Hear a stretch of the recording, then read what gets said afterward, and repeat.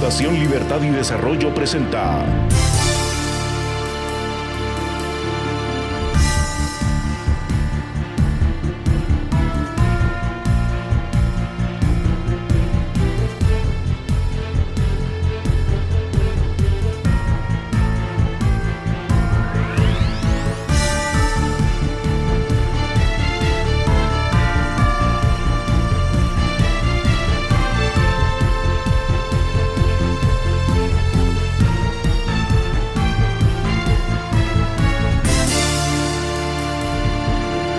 Razón de Estado con Dionisio Gutiérrez. En los primeros días de 2020, los guatemaltecos con entusiasmo estrenamos nuevo gobierno. A las pocas semanas nos cayó encima una pandemia que nos ha tenido huyendo de un virus, corriendo entre encierros, cuarentenas, toques de queda, sin transporte público, sin empleo, sin ingresos. El sábado no hay contagio, pero el domingo sí. Por eso no se puede salir. Y ahora buscando placas pares o impares para moverse, según el día que toque. Lo que prometía ser un año de cambios, crecimiento y oportunidades, se convirtió en una cruzada, en un desafío extraordinario para el nuevo gobierno, en una pesadilla para todos. Esta pandemia llegó a una nación sin recursos, sin hospitales, sin el equipo preparado para enfrentarla. Pero Guatemala necesita que su gobierno sea exitoso. Para lograrlo, es el gobierno el que debe reconocer que no cuenta con los recursos necesarios y suficientes. Por eso, solo le queda contar, confiar y trabajar con la gente. Encerrándola y dejándola sin transporte, solo hace más difícil y arriesgado salir y movilizarse. La gente, de todas formas, saldrá y se moverá, pues tiene que resolver su diario vivir. Un diario vivir en el que el gobierno, por falta de recursos, está ausente. La pandemia y la fuerza de la naturaleza son más grandes que nosotros. Salir de esta tormenta con el menor daño posible no se logrará por las medidas con buenas intenciones, pero equivocadas que haya tomado el gobierno, sino por el esfuerzo que hayamos hecho juntos, como nación, en libertad, en confianza, con responsabilidad. El saldo de vida y muertes por fiebre o por hambre será responsabilidad de todos. Es injusto e incorrecto señalar a este gobierno por la falta de recursos humanos y financieros para enfrentar la pandemia. Hoy estamos pagando el costo del abandono, de la corrupción y la indiferencia por la política. Este gobierno es responsable de las decisiones que tome hoy. Mal hará en enfrentar esta pandemia sin el único recurso que tiene, la gente. Hacerle la vida más difícil, dejarla sin ingresos, sin sustento, sin transporte, sin libertad, es una equivocación. Para millones de guatemaltecos ya es bastante difícil enfrentar al virus que intenta enfermarlos, pero es más difícil que los expongan a morir de hambre cuando intentan defenderse. Hoy necesitamos mucho más que economistas que se creen médicos o médicos que se creen economistas. Estamos enfrentando una pandemia y las pandemias traen enfermedad y muerte. En países sin el desarrollo suficiente para enfrentarlas, el presidente y su equipo deben confiar en el sentido común del ciudadano, deben escucharlo y sobre todo deben hacerlo responsable también. Los gobiernos del tercer mundo no deben reducir sus economías al nivel en que están sus hospitales. Destruirán sus países. A la pobreza y la falta de oportunidades se sumó la pandemia.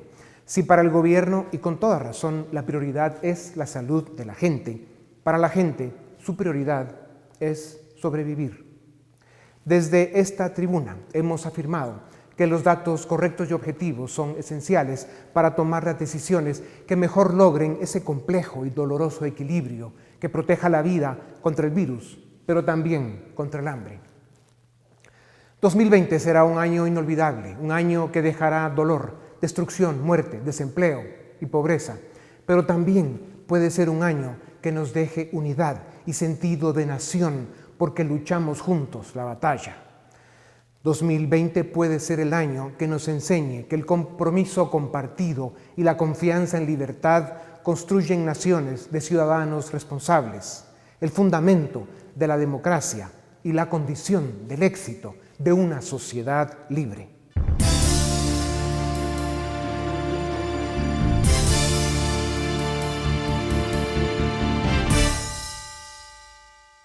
El viernes 19 de junio, Guatemala cumplirá 3 meses y 1 semana en confinamiento, principalmente para la economía formal, pues una parte importante de la economía informal, donde están las grandes mayorías, se han visto en la necesidad de salir para comer. En muchos municipios, mercados y otros espacios para el comercio, en medio de lo que es ya una grave crisis económica, el movimiento de personas que luchan por su sustento diario se mantiene casi tan alto como antes de la pandemia. Junto a Honduras y República Dominicana, somos el país al que se han impuesto las medidas de encierro más extensas en el mundo. China tuvo 11 semanas con medidas de restricción. Italia y España, donde las víctimas mortales sorprendieron al mundo sobre la magnitud de la pandemia, hicieron 2 meses de encierro. Con el paso de las semanas, las principales mentes científicas del mundo desarrollan un mejor entendimiento del virus y cada vez son más las voces que afirman que las cuarentenas y los encierros matan más seres humanos que el mismo virus. Michael Levitt, Premio Nobel de Química en 2013, afirmó que los políticos entraron en pánico y adoptaron medidas de confinamiento que a la larga resultaron peores que el virus. Steve Mnuchin, secretario del Tesoro de Estados Unidos, declaró que cuando venga un rebrote del virus, no cerrarán la economía, pues aprendieron que el momento del cierre de la economía ya pasó y ahora solo traería más problemas médicos. El contagio de todas formas continuará y el daño económico sería devastador. La historia y la ciencia han vuelto a demostrar que después de las primeras semanas de pandemia, los encierros dejan de ser la solución para combatir el virus y que lo realista es aprender a vivir con él, tomando las medidas de protección necesarias. Las consecuencias de los encierros son muy graves. Hay estadísticas alarmantes de familias, y especialmente mujeres, víctimas de abusadores con los que se ven forzadas a vivir. Ya son cientos de millones de hombres y mujeres sin empleo. La economía del mundo sigue encaminada a una depresión. Y en pocos días se ha destruido el esfuerzo de años y generaciones familiares de pequeños, medianos y grandes emprendedores, comerciantes y empresarios, quienes trabajaron duro para construir sus empresas. Cada día se cuestionan más las decisiones medievales que siguen adoptando algunos gobiernos. Las cuarentenas, confinamientos y toques de queda están provocando efectos más nocivos que el virus. La evidencia hasta hoy apunta a que la historia demostrará que aquellos países que optaron por medidas más liberales para enfrentar la pandemia tendrán resultados más alentadores en salud pública y estabilidad económica. La clave es que están confiando en los ciudadanos. Con falta de análisis, superficialidad, miedo y campañas de fake news, se han tergiversado y manipulado los resultados positivos de Suecia, Israel, Corea del Sur, Vietnam y Taiwán, naciones que optaron por respetar la libertad de sus ciudadanos y apelar a la responsabilidad cívica como herramienta para desacelerar los contagios. Después de más de 3 meses de confinamiento formal y con un daño económico que está cerca de ser catastrófico, Guatemala empieza a descubrir que es un país que no puede darse el lujo de paralizar su frágil economía. El hambre y la necesidad obligan a 5 millones de chapines en la informalidad a buscarse la vida cada día. Y quienes producen el 80% del Producto Interno Bruto Nacional, más o menos 2 millones de chapines, son, en su mayoría, privados de libertad. Después de casi 100 días de pandemia, el gobierno presentó un protocolo para desescalar el confinamiento y reabrir la economía. Expertos médicos consultados afirman que ese protocolo no es realista, pues sus premisas y condiciones, con la información que se tiene, son imposibles de alcanzar. El cierre del país buscaba fortalecer la capacidad hospitalaria. Sin embargo, es poco realista pensar que en pocos meses se puede rescatar y construir un sistema de salud abandonado por políticos corruptos y oportunistas durante décadas. Se puede apreciar la buena intención del protocolo, pero se debe cuestionar su viabilidad. Después de más de 3 meses, los encierros y toques de queda perdieron credibilidad, apoyo y legitimidad entre los ciudadanos que claman por salir a trabajar para vivir. Y más, cuando ven que sus conciudadanos de la economía informal salen con o sin el permiso del gobierno, a resolver su diario vivir. Y no es para menos. Por estas razones, las medidas tomadas el domingo pasado por el gobierno sorprendieron de sobremanera y dieron otro disgusto a la población. Como si la gente no tuviera ya suficientes problemas, restringir la movilidad de vehículos por número de placa es otra de esas acciones en las que el remedio hace más daño que la enfermedad. Las personas tendrán que buscar con quién compartir sus vehículos para movilizarse, incrementando sustancialmente el riesgo de contagio. Si queremos salir de esta tormenta con el menor daño posible a la salud y a la economía, el gobierno tendrá que encontrar una estrategia más efectiva y que sea el resultado de un consenso mínimo suficiente para que los ciudadanos se comprometan y sean parte de la solución. Guatemala necesita controlar el virus sin morir de hambre en el intento. Este es el dilema. El COVID-19 se propaga tan rápido como el hambre y la miseria. Nuestro desafío es vencer a los tres.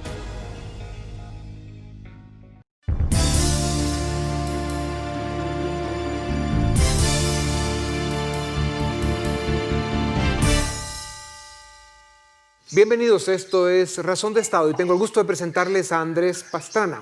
Él fue presidente de Colombia de 1998 al 2002. Él es abogado por la Universidad del Rosario en Bogotá. Realizó estudios de Derecho Internacional en la Universidad de Harvard en Estados Unidos. Hizo periodismo televisivo, ha recibido premios y galardones del Rey de España, el Premio Nacional de Periodistas en Bogotá y el Premio Simón Bolívar. Tras su salida del gobierno en 2002, lanzó su libro La palabra bajo fuego, con prólogo del presidente Bill Clinton de Estados Unidos, un libro que deben leer todos los latinoamericanos. Ha sido uno de los mayores opositores a la dictadura en Caracas. Presidente Pastrana, bienvenido a Razón de Estado. Es un gusto tenerlo con nosotros y gracias por darnos unos minutos. Usted es un ex jefe de Estado legendario. Sobre usted se han hecho novelas, series y películas. Se han escrito libros y hay historias sobre su vida cívica y política de las que sé que sus hijos y sus nietos están orgullosos. Su padre fue un gran presidente en los 70s, a usted lo secuestró Pablo Escobar en el 88. Luego fue alcalde de Bogotá y en el 98 llegó a la presidencia de Colombia, desde donde enfrentó el narcotráfico y rescató a su país para ponerlo de nuevo en una posición de respeto en el mundo, después del narcogobierno de Samper. El Plan Colombia, entre otras cosas, dan fe de lo que fue su gobierno. Su compromiso con la democracia y la libertad en América Latina es indiscutible y sus batallas contra la narcodictadura en Venezuela lo confirman. O sea, lo que queremos decirle con esto, presidente Pastrana, es que para usted este virus del COVID-19 sería un enemigo fácil de poner en orden y de vencer. ¿Qué peligro corren las democracias y la libertad en América Latina, presidente, por los catastróficos efectos económicos y sociales de la pandemia? A ver, Dionisio, muchas gracias por esta invitación una vez más a Razón de Estado y un saludo muy cordial para usted, para todo Guatemala, esperando que sus familias y todos se encuentren bien, se encuentren guardados, se encuentren cuidando. A ver, yo creo que los peligros que hoy estamos corriendo las democracias son las facultades dictatoriales que tiene el Ejecutivo, que son constitucionales y son legales, que están desinstitucionalizando precisamente las democracias. Aquí lo que se están perdiendo son los pesos y contrapesos. El Ejecutivo tiene en sus manos la facultad de tomar decisiones, pero lo que se está esperando y lo que debemos esperar nosotros es que una vez pase esta pandemia se reinstitucionalice precisamente nuestras democracias. Por ejemplo, en el caso colombiano, el presidente de la República tiene facultades a través de las emergencias que puede hacer y llevar de acuerdo con la Constitución, pero lo que adicionalmente estamos esperando es que una vez pasen esta pandemia pues pueda volver a la institucionalidad, que esos pesos y contrapesos, Dionisio, vuelvan al lugar que deben llegar para que la democracia se fortalezca. Y de la mano el gobierno lo que tiene que hacer es ir trabajando con el sector privado, con sus habitantes, en sus países, para que podamos salir de esta situación. Yeah. Presidente Pastrana, y hablando precisamente de los pesos y contrapesos, ¿cómo está afectando a Colombia el manejo miserable e irresponsable de la pandemia por parte de la dictadura en Caracas? A ver, hace 3 meses, Dionisio, ¿qué dije yo? Que teníamos que buscar un mecanismo para sentar a Maduro y a Guaidó, para que de la mano con el gobierno de Colombia pudiéramos controlar la frontera. La frontera entre Colombia y Venezuela son más de 2.200 kilómetros. Hay 3 puntos, Dionisio, que son muy complicados. En el Caribe colombiano, en el norte, en La Guajira, en lo que es Cúcuta, donde se concentra buena parte del traslado de la población entre Venezuela y Colombia, y en las selvas de Arauca. ¿Qué proponía yo? Que trabajáramos de la mano con Venezuela para que creáramos unos hospitales transnacionales para que pudiéramos nosotros, con la ayuda de los Estados Unidos, con la ayuda del mundo, con la ayuda de China, crear unos hospitales para que pudieran atender a colombianos y a venezolanos y evitar que la pandemia se esparciera por todo el territorio. ¿Qué está sucediendo hoy en día? Cerramos la frontera, pero en esa frontera hay más de 300 puntos en que diariamente están pasando de Venezuela hacia Colombia y que no sabemos cuánto estos venezolanos se está contaminando hoy población colombiana. A mí me cayeron rayos y centellas, porque yo hablé de proteger la vida, y estamos hablando de vida. La política dejémosla para más adelante, Dionisio, y por eso proponía que Guaidó y Maduro se sentaran a hablar, que nos dieran las cifras reales de cuál es la pandemia en Venezuela, que no la tenemos hoy, tampoco sabemos, se lo hemos preguntado a la Organización Panamericana de la Salud, y no sabemos qué está sucediendo en la hermana República de Venezuela. Yeah. Presidente Pastrana, en sus primeros comentarios usted decía una de las características de las emergencias, como las pandemias o las guerras, es que los gobiernos adquieren y centralizan más poder. A muchos gobernantes les pega ese otro virus del que hablaba Hayek, la fatal arrogancia, y se llegan a creer que pueden controlar algo tan grande como una pandemia, y más en países subdesarrollados como los nuestros, donde, dicho sea, el principal subdesarrollo es político. Asumiendo que se respetan y se implementan todas las medidas de protección posibles y se protege y aísla a nuestra gente vulnerable, ¿por qué es tan importante, presidente, que los gobiernos, especialmente en América Latina, confíen en los ciudadanos, respeten sus libertades y en lugar de encierros y toques de queda inefectivos, sobre todo a estas alturas de la pandemia, los dejen defenderse de forma responsable para que puedan superar esta crisis? A ver, yo creo que tenemos que partir de una base, Dionisio. Nuestras democracias, pero por sobre todo nuestros pueblos, están mucho más maduros. Yo creo que tenemos que confiar en la madurez de nuestra gente y en la responsabilidad de todos nuestros pueblos. Lo que sabemos es que hoy, viendo lo que pasó en China, viendo lo que está pasando en Europa, en el África y en América, no hay una fórmula única. No hay una fórmula única que nos diga el encierro, encerrar a los ciudadanos va a resolver el problema, o abrir totalmente las puertas va a resolver el problema. Yo creo que es una mezcla de las dos, que tenemos que generar nosotros esa credibilidad de nuestra gente, en esa responsabilidad de los empresarios, sabiendo que van a abrir con serie protocolos la economía. Porque mire usted, así como la pandemia afecta a la salud, también la pandemia afecta a la economía, y eso es lo que tienen que entender nuestros líderes. En la historia reciente sabemos que hay más muertos por hambre que por las pandemias. Entonces aquí lo que tenemos que hacer es trabajar de la mano precisamente con los gobiernos para que podamos ir abriendo la economía. Si no, lo que va a suceder es que van a colapsar nuestras economías. Y si colapsan nuestras economías, lo que está colapsando es el empleo. ¿Y qué es lo que está colapsando? Los que van a sufrir más son las gentes más pobres y más vulnerables de nuestros países. Por eso la importancia, Dionisio, de entender que distinto a lo que pasa en Europa o distinto a lo que puede pasar en China, nosotros tenemos unas poblaciones pobres que inclusive muchas de ellas informales no están registradas.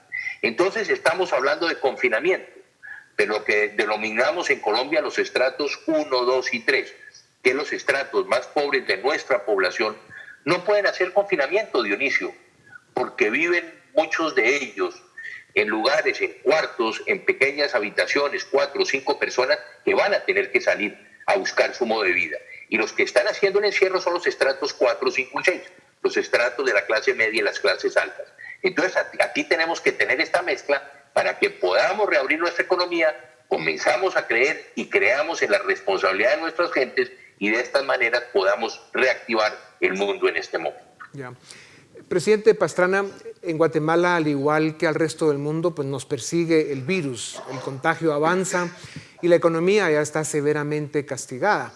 Hay cientos de miles de guatemaltecos perdiendo oportunidades que habían ganado, trabajos, ingresos, espacios en la economía informal que en Guatemala es muy exitosa, más que en Colombia, incluso 70% en nuestro caso. Y la clase media, que es la fuente de estabilidad política en las naciones, tomaba fuerza. Con esta crisis todo esto se está derrumbando. ¿Cuáles deben ser, presidente, las prioridades de los gobiernos y de las élites? Cuidar a los pobres.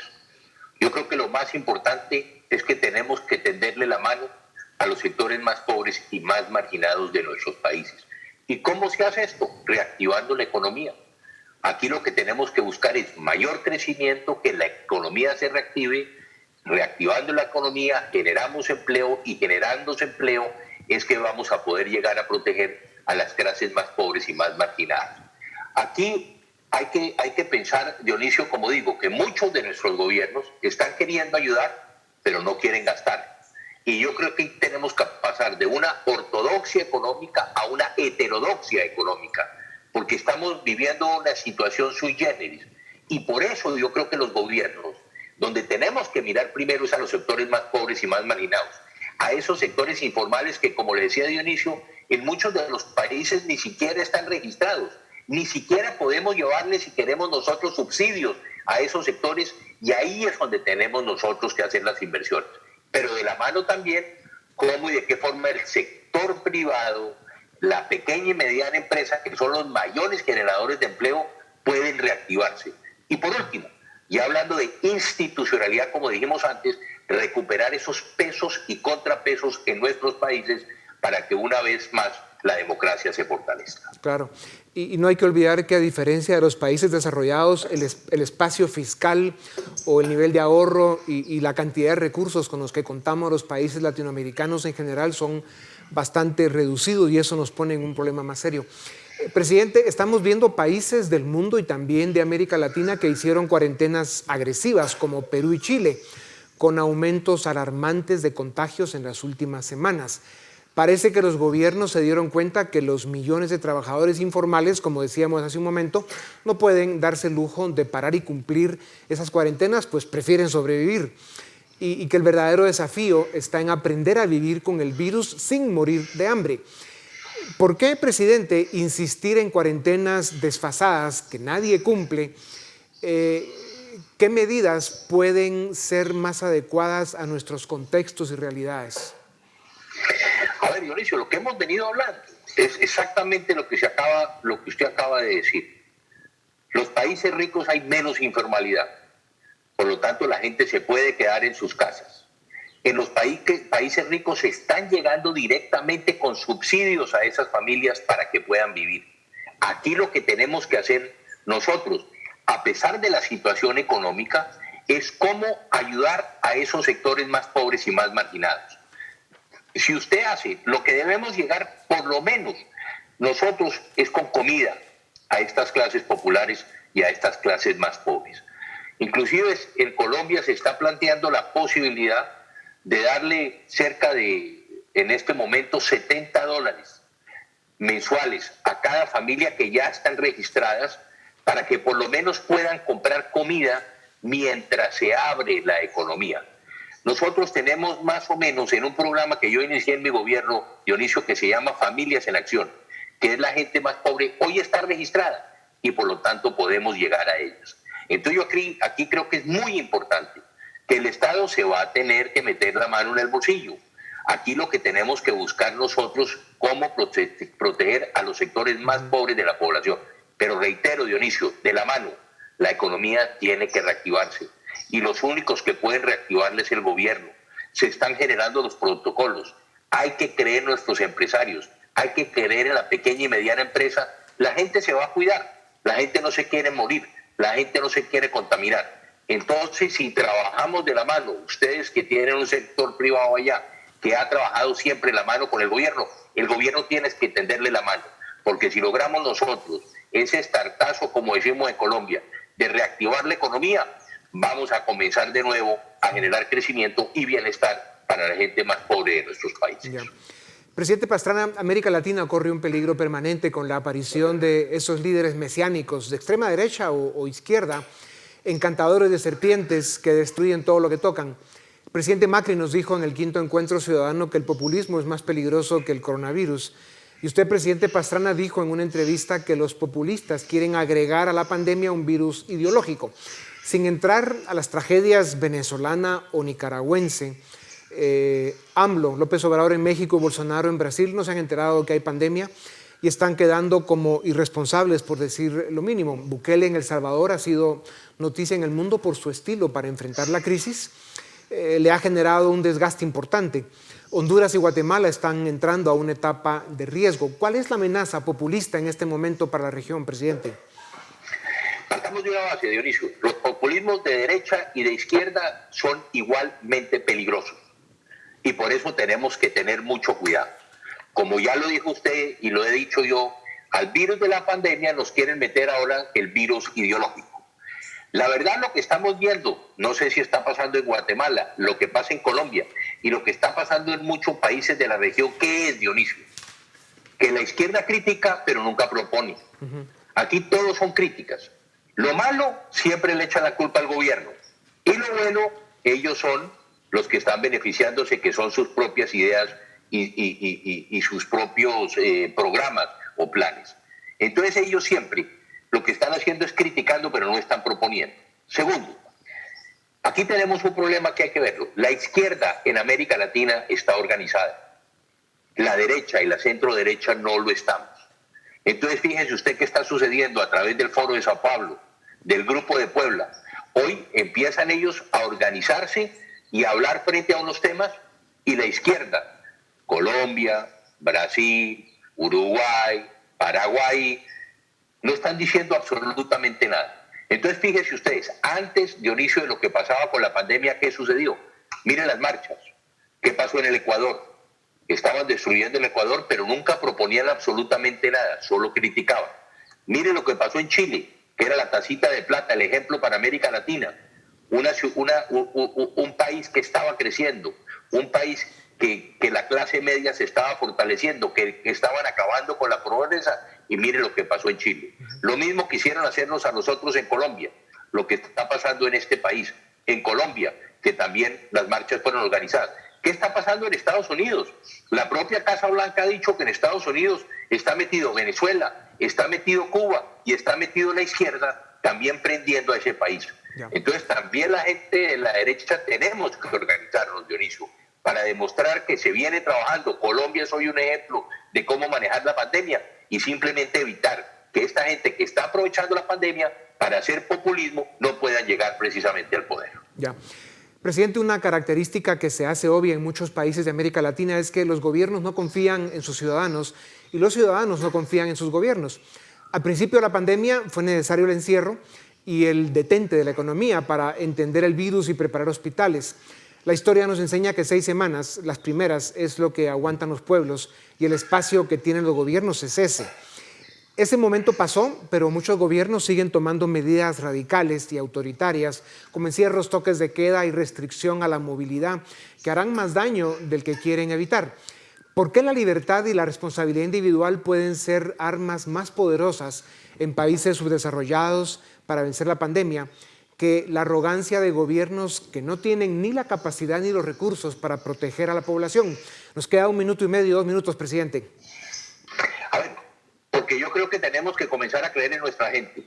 Hay que comenzar a creer en los empresarios, hay que empezar a creer en nuestra gente. Hoy somos más responsables el confinamiento por la situación económica no resuelve nuestros problemas y lo que necesitamos nosotros es que efectivamente haya un trabajo mancomunado, gobierno, sector privado, y que la gente más pobre y más marginada entienda que a ellos es que le estamos beneficiando y a que a ellos queremos beneficiarlo.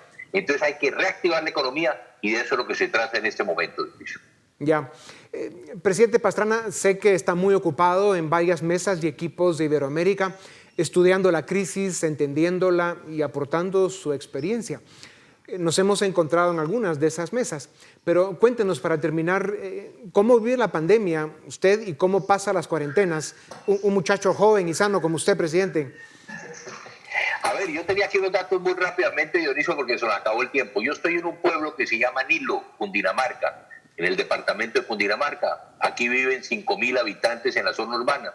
Pero históricamente, Nilo ha sido muy importante para el país. Nilo fue fundado en 1783 y aquí vivió un italiano compositor musical que se llamaba Oreste Sindici, que compuso el himno nacional de Colombia. Nosotros los colombianos decimos que musicalmente es uno de los himnos más lindos del mundo. Y aquí, en esta población donde yo estoy pasando mi confinamiento, Oreste Sindici hace 190 años compuso el himno nacional. Y aquí, como usted dice, Dionisio, estamos dedicados a trabajar. Yo soy presidente de la Internacional Demócrata de Centro, tenemos algunas conferencias, algunas entrevistas como esta que usted nos invitó en el día de hoy y que tenemos la posibilidad de compartir con mucha gente en América Latina y en otras partes del mundo lo que creemos y lo que debemos hacer para proteger nuestra democracia, nuestras instituciones, para cuando pase esta pandemia que espero que sea muy pronto para todos.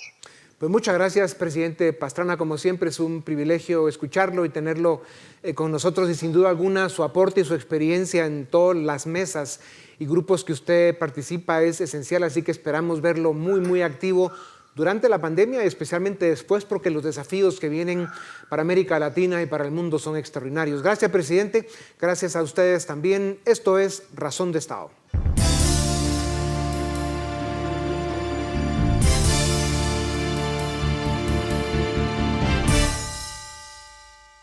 Damos inicio al debate en Razón de Estado. Hoy vamos a discutir cuál ha sido el resultado de las decisiones que ha tomado el gobierno hasta el momento. Hemos tenido ya 3 meses de medidas que se han tomado en contra del coronavirus o para tratar de mitigar el desarrollo de este virus que está causando un caos a nivel mundial. Para ello contamos con la participación de Philip Chicola, Dafne Posadas y Edgar Ortiz. Gracias a los tres por su participación. Edgar, empezamos contigo. Como decía, estamos cumpliendo 3 meses desde que el gobierno toma las primeras medidas para tratar de contrarrestar el avance del coronavirus. ¿Cuál es el resultado de estas medidas que se han tomado hasta el momento? ¿El saldo es positivo o tenemos un saldo negativo? Bueno, yo creo que en general las cosas se han hecho mal, mejor, digamos, el resultado es más negativo que positivo. ¿Por qué? Por 2 razones. La primera es que en general los confinamientos suelen ser una medida de última instancia, o sea, la última medida que uno puede tomar. Y las cuarentenas tienen que ser muy focalizadas, muy estrictas en un periodo corto de tiempo para ganar ciertos resultados. Aquí no ha sido el caso. Aquí, además, hicimos la cuarentena al revés. Apretamos mucho en marzo cuando había muy pocos casos y se ha ido aflojando el control por una cuestión de necesidad en la medida que pasa el tiempo y la curva de contagio sube. Entonces, cerramos fuerte cuando la curva de contagio era baja y aflojamos cuando la curva va en ascenso. Entonces, no tiene lógica lo que se ha hecho. Y en segundo lugar, porque no tienen en cuenta, digamos, los factores que han estudiado varios economistas y varios expertos en epidemiología. El primero es, ni los costos ni los beneficios son iguales en el tercer mundo que en el primer mundo. A ver, ¿cuál es el costo en el tercer mundo? No comer. Si no trabajo, no como. Y eso no se ha podido compensar en el tercer mundo porque no hay los mismos mecanismos de ayuda que han tenido los países desarrollados. Y por otro lado, el beneficio. ¿Cuál es el beneficio de cerrar? El beneficio de cerrar es evitar un pico de contagios para que no colapse el sistema sanitario y yo pueda ganar tiempo en ese esquema.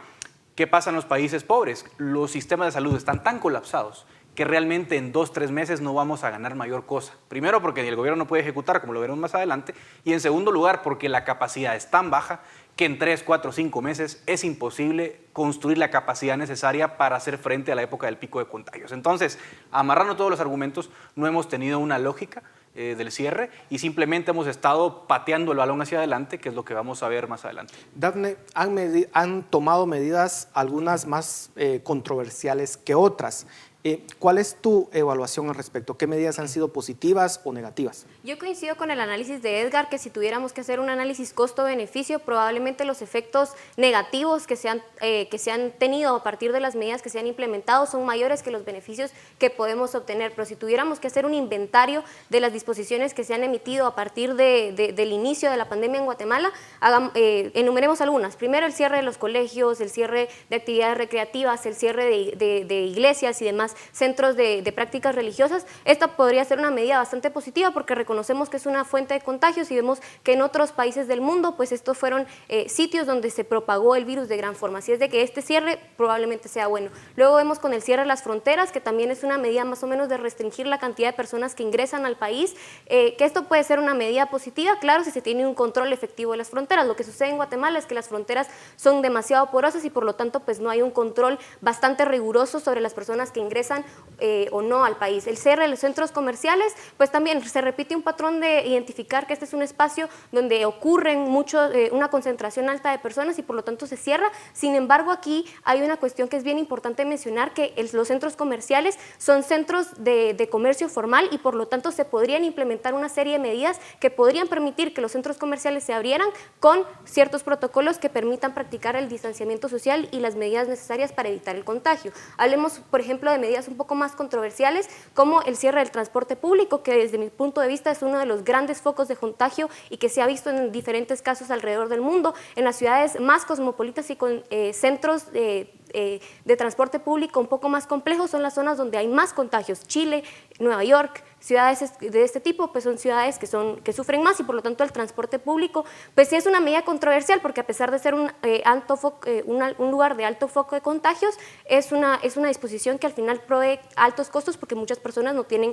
la manera de cómo movilizarse. Hablemos de las cuarentenas totales. La cuarentena total que emitió el presidente de un día para otro tuvo efectos negativos. 2 semanas después tuvimos un alto pico de contagios. Hablemos del toque de queda, pues básicamente lo que hace es reducir el horario de las personas y creo que la medida más controversial es hasta el momento la disposición que se emitió este fin de semana en cuanto a las placas, que al final termina siendo una estrategia bastante improvisada y vemos nuevamente lo que decía Edgar, que son diferentes patadas de ahogado para intentar rescatar la economía del país. Bueno, Philip, Dafne describía esta serie de medidas, pero el gobierno ya ha propuesto un protocolo de apertura. Dentro de ello habla también del transporte público, que es un tema controversial porque hay que decirlo, en ciertos países nunca se cerró el transporte público porque incluso lo consideran un tema de derechos humanos, como por ejemplo en el caso de Costa Rica, en donde las personas tienen que movilizarse, sobre todo si están en una ciudad y no tienen un vehículo, pues habría que cuestionar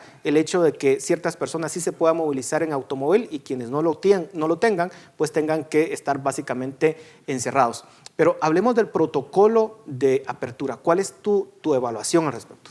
Bueno, empezamos rápido con el tema del transporte. Es que el tema del transporte hay otras soluciones que van más allá de decir cierro o no cierro. Por ejemplo, el problema del transporte tiene que ver con oferta y demanda. Porque al haber limitada oferta en un país con enorme demanda de transporte se genera, digamos, la saturación del sistema.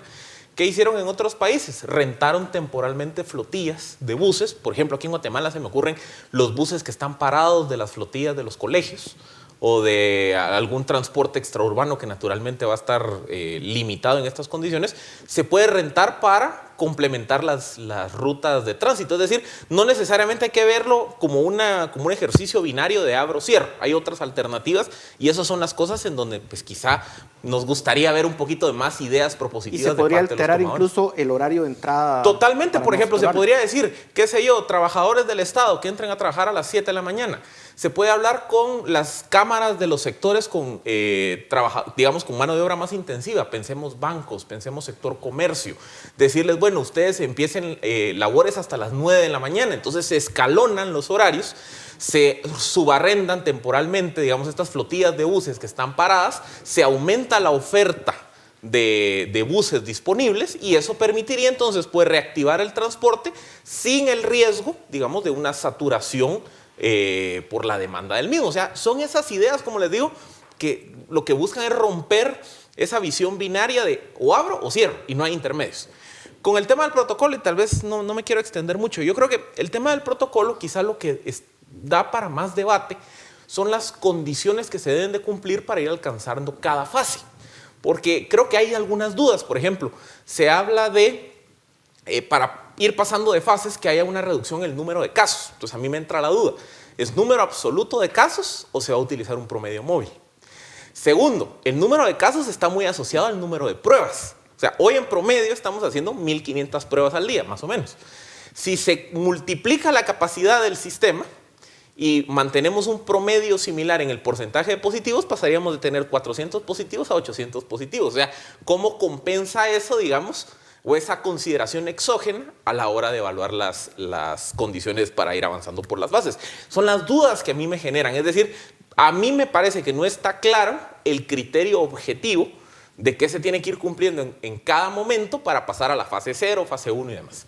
Edgar, profundizando en el análisis que hacía Philip, ¿es realista esta propuesta que hace el gobierno?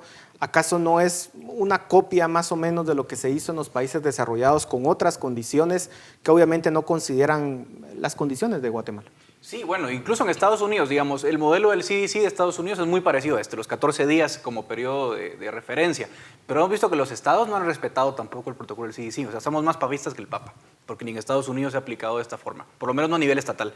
En segundo lugar, quizás el problema sea que si nos sujetamos a estos criterios y vemos las proyecciones de contagios, primero está lo que decía Philip, si va a ser promedio móvil, absolutos, etcétera, la curva de contagios va a empezar a caer en julio, mediados de julio, o sea que vamos a entrar en inicio o preparación desescalada hasta agosto. No es realista tener al país cerrado 5 meses, digamos, no, yo creo que es el primer punto que hay que analizar. Y el segundo punto es que no estamos midiendo o no estamos teniendo en cuenta los costes que tiene el cierre. Y cuando digo costes no me refiero a las grandes empresas, etcétera, etcétera, me refiero al costo humano.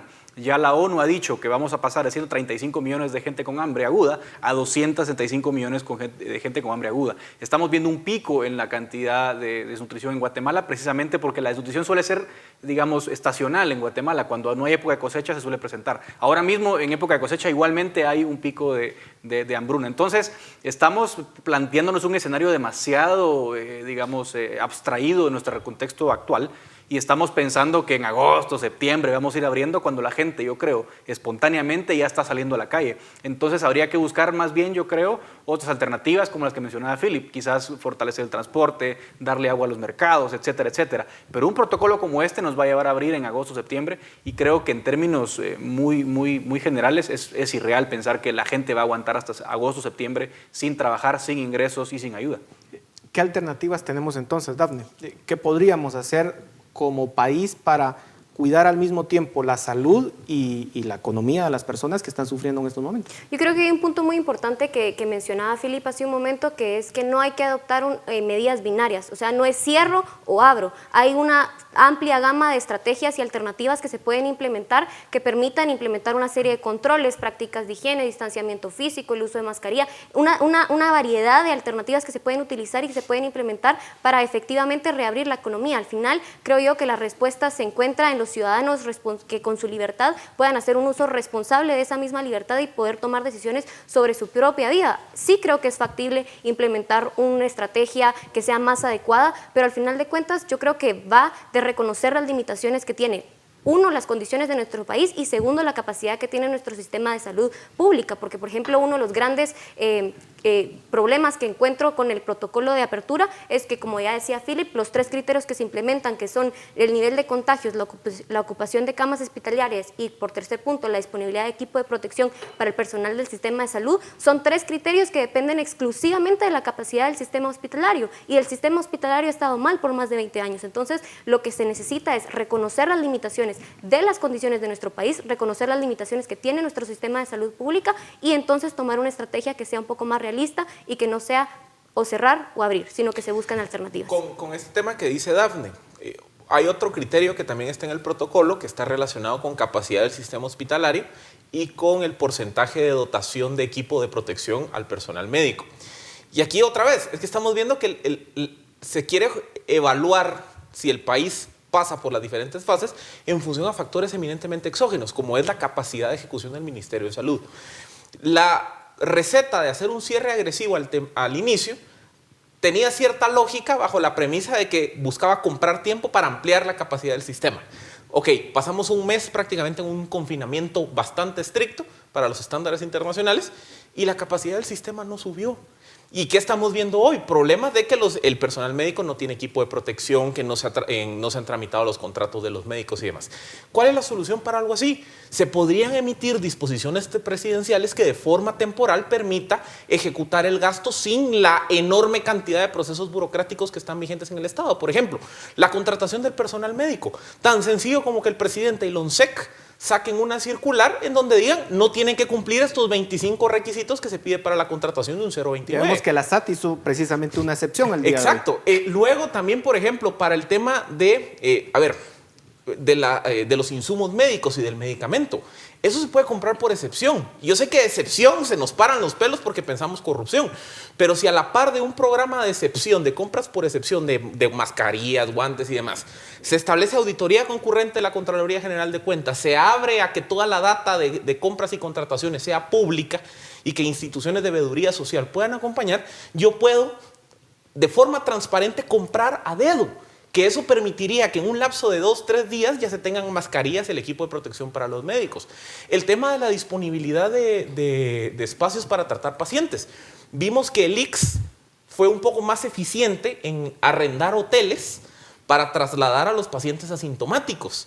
O sea, esa misma receta se puede llevar a cabo en el Ministerio de Salud para tratar a todos los asintomáticos y más. Es decir, hay muchos mecanismos que pasan, como les digo, por buscar alternativas innovadoras que nos permitirían generar ciertas soluciones para el problema de capacidad del sistema para poder, digamos, repensar una estrategia más abierta y completa de reapertura y salirnos de ese debate de o abro o cierro, que eso es lo que hay que romper. Y en esa línea, Edgar, tenemos que aceptar que el virus va a estar aquí 2 años por lo menos. Si uno ve la experiencia de hace 100 años, si uno ve que por ejemplo, Costa Rica, que era la estrella en la región dominando, digamos, o controlando el virus, ahora está en una segunda ola. De nuevo está pasando en Nueva Zelanda. Vemos que en Estados Unidos de nuevo una segunda ola. Es decir, esto no va a parar en unos meses y ante eso tenemos que hacer una estrategia de largo plazo, no una estrategia, como decía Philip, de corto plazo y considerar que ahí se va a terminar todo. Tenemos que exigir también al gobierno que agilice todos estos procesos porque la ejecución realmente es una vergüenza. A estas alturas creo que ya no existen excusas. ¿Qué mecanismos se tienen que utilizar? Bueno, como decía Richard Maley, el infectólogo de Harvard, ¿no? Lo que hace el tercer mundo es cierra, pero simplemente patea el balón adelante. El pico de contagios, en lugar de tenerlo en marzo, abril o mayo, lo va a tener en junio, julio, agosto, porque capacidad de controlarlo no tiene. Entonces hay que ser inteligentes, ¿verdad? Hay que ser inteligentes con la estrategia y pensar a largo plazo, como lo decís. Digamos, a mí me gustaría más ver al gobierno preocupado porque el transporte público de hoy en adelante sea distinto para que los contagios no sean iguales. De que de hoy en adelante los mercados tengan agua potable, tengan jabón, etcétera, etcétera. Eso salvaría más vidas y más contagios que los cierres, digamos, a medias que tenemos hoy. Entonces yo creo que ese tipo de cosas son las que tiene que ir pensando el gobierno, sobre todo entendiendo que el virus, como lo decías, va a estar ahí siempre. Entonces, si no estamos pensando en cómo vamos a convivir con el virus y qué estrategias vamos a tomar cuando haya picos, porque a lo mejor va a haber que tomar algunas medidas. Nadie dice aquí living la vida loca, ni Suecia living la vida loca. Suecia también tiene medidas. Entonces uno dice, bueno, puede ser razonable en algún momento cerrar escuelas, puede ser en un momento razonable cerrar fronteras, puede ser en un momento razonable limitar congregaciones, eventos deportivos, etcétera. Pero ¿cómo vamos a vivir? Eso es lo que no estamos preguntándonos. En el protocolo más o menos algo de eso dice, pero el gobierno está más preocupado en patear el balón hacia adelante que en trazar una estrategia comprensiva en la que entendamos que el virus va a venir, que ya está viniendo, porque además otra cosa que hay que decir es que tampoco estamos deteniendo el pico de contagios, igual va para arriba. No estamos haciendo nada para detener el pico de contagios, pero tampoco estamos pensando en esa nueva normalidad que va a vivir Guatemala. Y con ese tema también es importante desarrollar la cultura del teletrabajo. Es que vean, este modelo hace todo el sentido del mundo cuando se puede hacer, digamos, un proceso individual responsable, decir, ok, dentro de mi empresa, ¿qué funciones son esenciales que se realicen presenciales? Estas, ok. Entonces, estas las realizamos de acuerdo a los protocolos de distanciamiento social, escalonamiento de horarios y demás. Pero, ¿qué otras funciones se pueden realizar a distancia? Por ejemplo, tareas administrativas, ok, que se queden en teletrabajo. O sea, ese es un balance complejo de la estrategia que se puede hacer. Totalmente de acuerdo, pero Philip, lo que estamos viendo aquí es que ya se están tomando medidas ridículas como las de esta semana, en donde lo que se está diciendo es, miren, salgan unos vehículos con cierta numeración de placa y otros que lo que sabemos es que los resultados están siendo terribles en la práctica. La paciencia de las personas también se está terminando. Tenemos que exigir al gobierno medidas más inteligentes o no. Es que ahí es donde, por eso les digo, yo creo que lo que tenemos que romper del pensamiento es esa idea binaria de o cierro o abro. Porque realmente aquí la realidad es que el COVID-19 vino para quedarse N cantidad de tiempo, entonces tenemos que desarrollar una nueva normalidad, que eso es el protocolo de reapertura de otros países. La nueva normalidad lo que me dice es, ok, transporte. Yo no puedo pensar el transporte como estaba el 12 de marzo, tengo que ampliar la oferta. El trabajo, ok, permitamos la apertura de negocios, comercios, de servicios, pero también incentivemos a que esos comercios identifiquen qué personas pueden hacerlo en teletrabajo. Y así, cada uno de los sectores o cada uno de los ámbitos de la vida cotidiana tiene que llevar a cabo ese proceso interno de autoanálisis, de decir cómo me puedo adaptar a una realidad donde yo minimice el contacto social. Se nos terminó el tiempo. Dafne, tus conclusiones en 30 segundos. Yo creo que es importante que se elabore una estrategia que reconozca las condiciones que tiene nuestro país y también cuáles son las condiciones que tiene el sistema de salud pública para tomar una decisión más eficiente y que nos permita aprender a convivir con este virus. Y terminamos con esas palabras. Muchas gracias por sus comentarios, por sus contribuciones. A ustedes muchas gracias por su atención. Nos vemos la próxima semana.